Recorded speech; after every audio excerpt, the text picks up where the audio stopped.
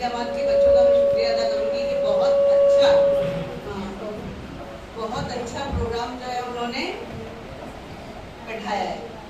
और सबसे मेन मेहमान नवाजी का तरीका बहुत अच्छे से, मेहमान नवाजी किस तरह की जाती है वो बहुत अच्छे से साल भर हमने देखा है कि कुछ ना कुछ छोटे छोटे प्रोग्राम करके बहुत इज्जत अफजाई से सब लोगों को बुलाते हैं, बच्चों दूसरी क्लास को, टीचर्स को, इस तरह से बहुत अच्छे से प्रोग्राम करते हैं।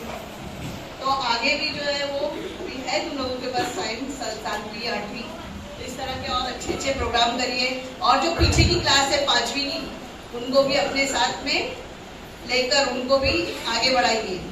और रही 8वीं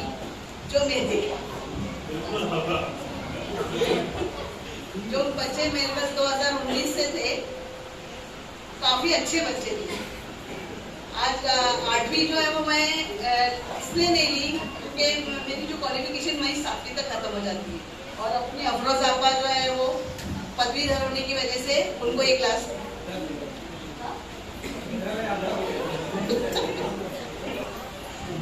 तो ये बच्चे जो है मेरे पास 3 साल थे, लेकिन बहुत अच्छे से इन्होंने जो है वो तमाम बच्चों ने बहुत अच्छे से हर चीज को किए। कोई बच्चा मैथ्स में अच्छा था, कोई उर्दू में अच्छा था, कोई हिंदी में अच्छा था, यानी सभी के पास सभी क्वालिटी थी।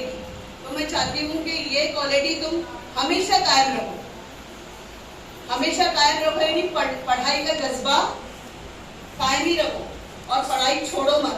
कुछ बच्चे को ऐसा सुनने में आया है कि कुछ पढ़ाई छोड़ देने वाले हैं, कुछ घर बैठने वाले, तो इस किस्म की जो बातें मैंने सुनी वो नहीं होनी चाहिए।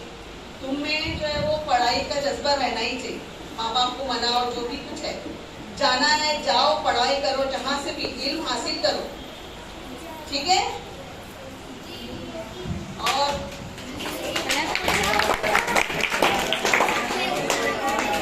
और एक नसीहत है मेरी कि हमेशा अच्छी आदत सीखो, हमेशा अच्छी आदत सीखो, अच्छे लोगों में बैठो और अच्छी आदत सीखो।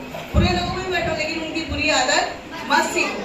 मैं हमेशा से बोलती हूँ, बुरे लोगों में भी बैठो मगर बुरी आदत मत सीखो। हमेशा मदद का जज्बा रखो, ये मेरी नसीहत है कि हमेशा क्या करो, तुम मदद का जज्बा रखो। यही मैं बोलना चाहती हूँ।